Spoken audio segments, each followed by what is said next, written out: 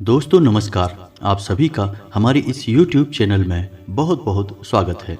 कुंभ राशि वाले मेरे मित्रों, हम जानते हैं कि आप सच्चे मन से भगवान भोलेनाथ की पूजा आराधना करते हैं और अपने मन में भगवान के लिए गहरी आस्था रखते हैं।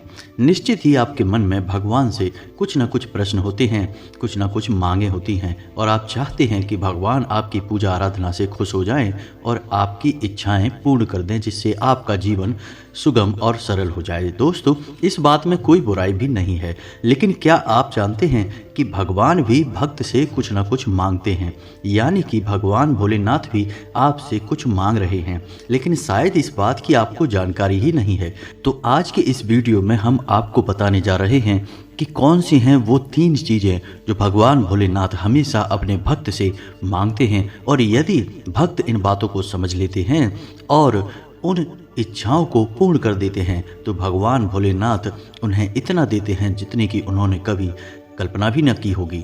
न केवल यह लोक बल्कि परलोक तक के सुख भगवान उन्हें देते हैं। जी हाँ दोस्तों, और ऐसे भक्तों को अंत में मुक्ति या मोक्ष भी प्राप्त होता है, यानी जन्म मरण के इस चक्र से उन्हें मुक्ति प्राप्त हो जाती है।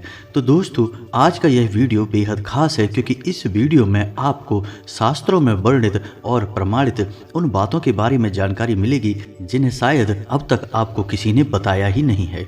जी हाँ दोस्तों, तो बने रहिए हमारे साथ, वीडियो को पूरा देखिए और वीडियो में बताई गई हर एक बात को गहराई से समझने की कोशिश करिए, क्योंकि ऐसे वीडियो YouTube पर देखने को नहीं मिलते हैं। जी हाँ दोस्तों, हम केवल और केवल ज्ञान की और गहराई की बातें करते हैं और हमारे दिए हुए ज्ञान का नाता सीधे शास्त्रों से होता है।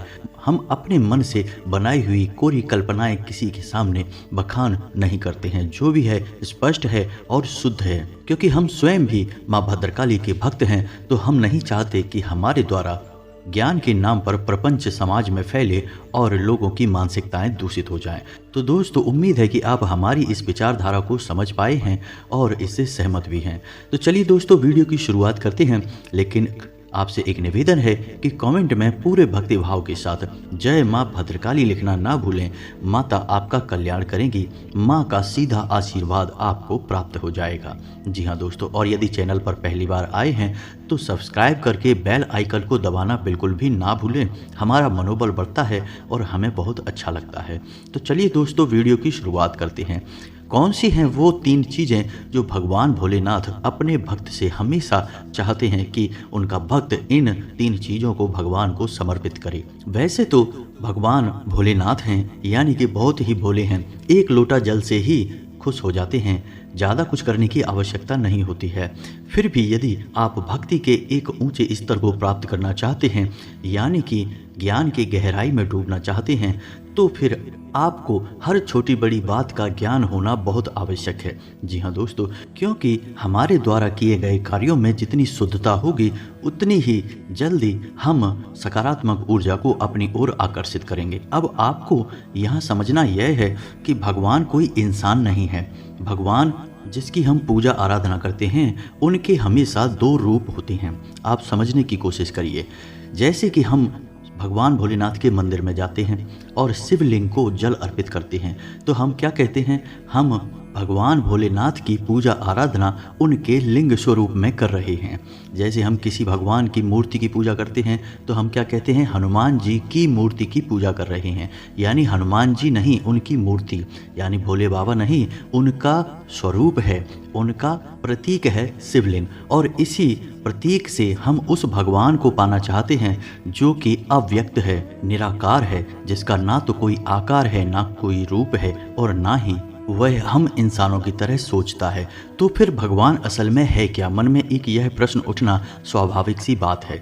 तो दोस्तों, आप समझिए कि भगवान असल में ऊर्जा का शुद्ध स्वरूप है, यानी कि एक ऐसी ऊर्जा जिसका कोई रूप रंग आकार नहीं है, लेकिन वह इस ब्रह्मांड को पूर्ण रूप से प्रभावित करती है, या यूं कहें कि संचालित करती है। वह ऊर्जा हर एक जीव जंतु, हर एक चीज़ और हर एक पदार्थ में मौजूद है। जो हमें दिखाई देता है उसके अंदर वह ऊर्जा अवश्य ही मौजूद होती है। जी हाँ दोस्तों, और आश्चर्य की बात यह है कि जो चीज़ें हमें निर्जीव दिखाई देती हैं, वे चीज़ें भी ईश्वर से निहित होती हैं, यानी उनके अंदर भी ईश्वर का वास माना जाता है। इसीलिए आप देखो हमारे सनातन धर्म में पेड़ों की पूजा की जाती है, पहाड़ों की पूजा की जाती है, नदियों की, जल की, अग्नि की, पत्थरों की, यहाँ तक कि स्थानों तक की पूजा की जाती है। क्योंकि बेशक कोई पत्थर या फिर नदी का पानी हमें देखने में निर्जीव लगता है, वह बात नहीं करता है, वह कुछ भी सुनता नहीं है, लेकिन उसके अंदर भी ईश्वर की ऊर्जा मौजूद है। जी हाँ दोस्तों, अब इतनी सारी बातें आपको बताने का हमारा मकसद केवल एक ही है कि आप यह समझें कि भगवान असल में है क्या, ईश्वर असल में है क्या। ईश्वर के दो रूप होते हैं, एक साकार और एक निराकार। साकार रूप वह है जो मंदिर में विराजमान है, जिसे हम पूरे भक्ति भाव से पूजते हैं, लेकिन वह शुद्ध स्वरूप नहीं है। शुद्ध स्वरूप तो निराकार है, जिसे हम जानते भी नहीं हैं। तो असल में हम उस मूर्ति रूप की पूजा करके उस अमूर्त को खुश करना चाहते हैं और उस ऊर्जा को अपनी ओर आकर्षित करना चाहते हैं, क्योंकि वह इतनी सकारात्मक और शुद्ध ऊर्जा है जिसे हम ईश्वर की ऊर्जा कहते हैं। यदि वह हमारे जीवन में प्रवेश कर जाए तो हमारा जीवन भी पूर्ण रूप से शुद्ध और सकारात्मक हो जाता है और हमें मनवांछित फल, सुख और सुविधाएं प्राप्त होने लगती हैं। तो दोस्तों, अब आप यहाँ पर यह बात समझ चुके हैं कि भगवान या ईश्वर असल में ऊर्जा का शुद्ध स्वरूप है। और जब आप भक्ति करके ईश्वर को खुश करने की बात करते हैं तो असल में आप उस ऊर्जा को अपनी ओर आकर्षित करना चाहते हैं। तो अब ऐसे में ऊर्जा को आकर्षित करने के नियम क्या हैं, आप समझिए। आप कितना ही दिखावा करेंगे, कितना ही प्रपंच करेंगे, लेकिन वह ऊर्जा आपकी ओर आकर्षित नहीं होगी। कारण इसका यह है कि जब तक आपके अंदर तक, यानी आपके मन मस्तिष्क तक, आपकी आत्मा तक शुद्धता नहीं होगी, सकारात्मकता नहीं होगी, तब तक वह सकारात्मक ऊर्जा आपकी ओर आकर्षित नहीं होगी। इसीलिए दोस्तों कहा जाता है कि भगवान तो अंतर्यामी हैं, मन की बातों को भी समझ लेते हैं, उनसे कुछ कहने सुनने की आवश्यकता नहीं है। जी हाँ दोस्तों, तो हम आपको जो बताना चाह रहे हैं वह असल में मन की बातें हैं, यानी कि वह जो ऊर्जा है, जो शुद्ध स्वरूप है ईश्वर का, परमात्मा का, वह आपकी ओर आकर्षित कब होगा, वह ऊर्जा आपकी ओर आकर्षित कैसे होगी, यह आपको जानना बहुत आवश्यक है। आप कितने ही भक्ति भाव से पूजा पाठ करें, लेकिन यदि आपके स्वभाव में, आपके चरित्र में या आपके कर्मों में किसी प्रकार का दोष है, छोटा अंश मात्र भी दोष होगा, तो वह ऊर्जा आपकी ओर आकर्षित नहीं होगी। और हम क्या कहते हैं कि भगवान की खूब भक्ति की हमने, सच्चे मन से भक्ति की हमने, फिर भी भगवान हमसे खुश नहीं हुए।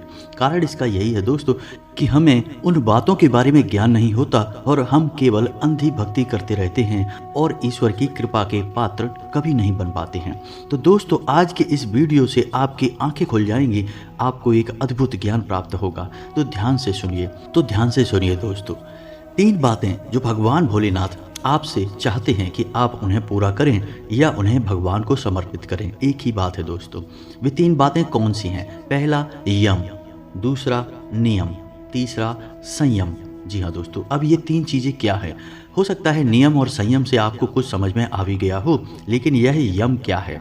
दोस्तों, हमारे शास्त्रों में यम का मतलब होता है संकल्प, तप यानी तपस्या।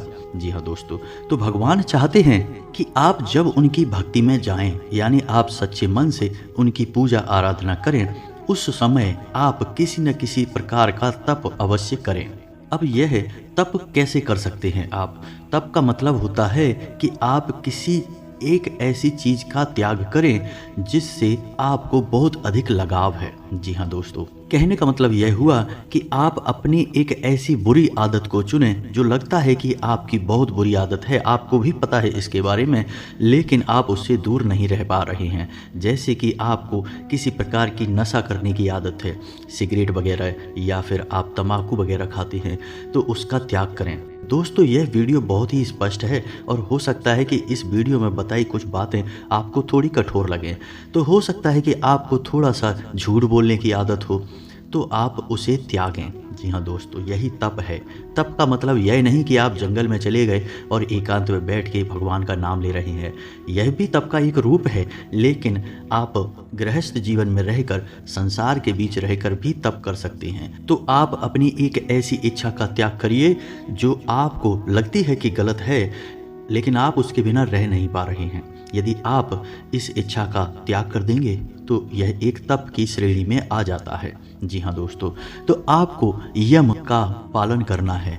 अब बात करते हैं नियम। तो दोस्तों, हमारे शास्त्रों में नियम को हमारे शुद्धता से जोड़ा गया है, यानी हमारे रोज के क्रियाकलापों से जोड़ा गया है। जैसे कि आपको ब्रह्म मुहूर्त में जागना है, ईश्वर का नाम लेना है, समय से स्नान आदि करना है, सूर्य को अर्घ्य देना है, और जो भी जीवन को शुद्ध रूप में जीने के विधि विधान हैं उन्हें आपको पूर्ण करना है। इसे ही नियम की पूर्ति कहते हैं। यानी कि सावन के इस पवित्र महीने में जब आप भगवान भोलेनाथ की पूजा कर रहे हैं, तब ऐसा कभी नहीं होना चाहिए कि कोई दिन ऐसा गुजर गया आपका जिसमें आपने स्नान ही नहीं कर पाया, या फिर आप सूर्योदय के बाद जाग रहे हैं। यह बहुत ही अशुभ है और नियम के सख्त खिलाफ है। जी हाँ दोस्तों, तो जो शास्त्रों में जीवन को जीने की विधि है, विधान है, उनका आपको पालन करना है। और अधिकतर विधि विधान जो हैं जीवन को जीने के, वे हमारी शुद्धता से जुड़े हुए हैं। जब हम शुद्ध होते हैं तो हम ईश्वर की पूजा आराधना करने के योग्य बनते हैं, और तभी वह शुद्ध ऊर्जा स्वरूप ईश्वर हमारे जीवन में प्रवेश कर पाते हैं। जी हाँ दोस्तों, इसीलिए आपने यह बात तो सुनी ही होगी कि प्राचीन काल में हमारे ऋषि मुनि थे, वे ब्रह्म मुहूर्त में जाग जाते थे, स्नान आदि करके ईश्वर की आराधना में लीन रहते थे और शुद्धता के संपूर्ण नियमों का पालन करते थे। इसीलिए उन्हें ईश्वर के सबसे नज़दीक माना जाता था। लोगों को जब जीवन में अड़चनें आती थीं, परेशानियां आती थीं, तो लोग ऋषि मुनियों की शरण में जाकर उनसे सलाह करते थे, तब जीवन की सही राह खुलती थी। तो आपको भी नियम का पालन करना बहुत ही आवश्यक है।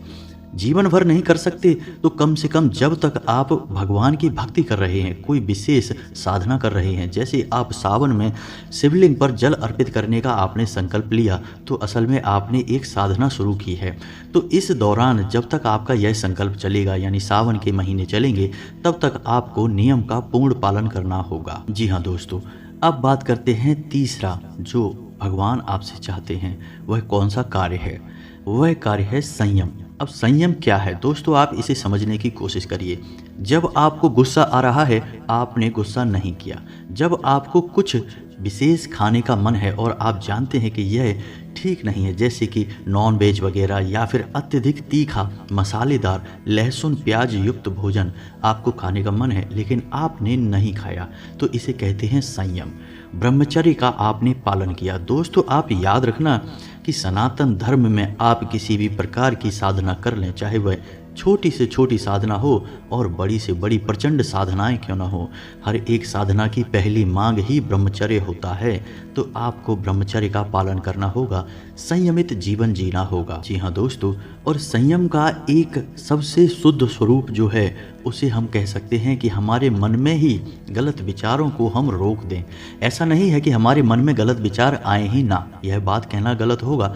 इंसान होने के नाते हमारे मन में कई प्रकार के विचार आते हैं, कुछ अच्छे और कुछ बुरे।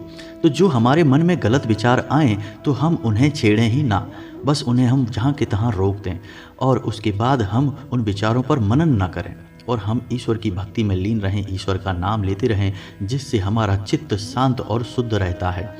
ऐसे में आप संयम का पूर्ण पालन कर रहे हैं। तो जब आप संयम का पूर्ण पालन करेंगे तो आपका चित्त शांत और शुद्ध रहेगा और सकारात्मक ऊर्जा बढ़ने लगेगी आपके मन में, आपके आसपास के वातावरण में। दोस्तों, विज्ञान भी अब इस बात को मानता है कि हर एक इंसान के शरीर के आसपास एक ऊर्जा क्षेत्र होता है जिसे इलेक्ट्रोमैग्नेटिक यानी विद्युत चुंबकीय क्षेत्र कहा जाता है। और हमारा अध्यात्म इसे बहुत पहले से मानता चला आ रहा है कि इंसान के शरीर के आसपास ऊर्जा का एक क्षेत्र होता है। तो जब इंसान की विचारधारा किसी प्रकार से अशुद्ध हो जाती है, सही नहीं होती है, तो यह ऊर्जा क्षेत्र भी प्रदूषित हो जाता है और सिकुड़कर छोटा हो जाता है। ऐसे में इंसान का जीवन बड़ा कठिन हो जाता है, उसे जीवन में तमाम छोटी बड़ी परेशानियां घेरे रखती हैं और उसके विचार हमेशा नकारात्मक ही रहते हैं। जी हाँ दोस्तों, और जब इंसान यम, नियम और संयम का पूर्ण पालन करता है, ईश्वर का नाम लेता है, तो वह अपने इस ऊर्जा के क्षेत्र को बहुत शुद्ध कर लेता है और जैसे जैसे यह ऊर्जा का क्षेत्र शुद्ध होता जाएगा, यह बड़ा होता चला जाएगा। जी हाँ दोस्तों, और ईश्वर की उस शुद्ध सकारात्मक सर्वोपरि ऊर्जा को अपनी ओर आकर्षित करने लगेगा। तभी हम कहते हैं कि भगवान का आशीर्वाद प्राप्त होने लगा है, किस्मत खुलने लगी है, भाग्य साथ देने लगा है। अब हर काम को करें उसमें सफलता प्राप्त हो जाती है, मिट्टी को भी छू लें तो सोना बन जाता है। जी हाँ दोस्तों, यह सब तभी संभव है जब हम अपने जीवन में और अपने स्वयं के ऊपर कार्य करें तब। केवल भगवान का नाम ले लेने से, एक बार मंदिर हो आने से और महंगी महंगी चीज़ें भगवान को अर्पित कर देने से भगवान खुश नहीं हो जाते। याद रखें, भगवान कोई इंसान नहीं है जिन्हें हम खुश कर सकते हैं। हमारी इतनी ताकत कहाँ, यानी इंसान की इतनी शक्ति कहाँ कि वह भगवान को खुश कर दे या भगवान को दुखी कर दे। यह तो बिल्कुल वैसा ही होगा दोस्तों कि कोई आपसे कह रहा है कि एक दीपक जलाइए और सूरज को रोशन कर देंगे, और दीपक बुझ गया तो सूरज भी बुझ जाएगा। क्या ऐसा संभव है? जी नहीं दोस्तों।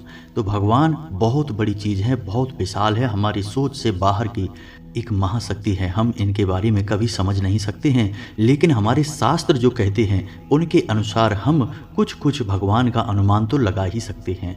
तो दोस्तों, आज के इस वीडियो में हमने आपको जो जानकारी दी है, उस जानकारी का यदि आप अपने जीवन में उपयोग करते हैं तो आपका जीवन पूर्ण रूप से बदल जाएगा, इस बात की हम गारंटी देते हैं।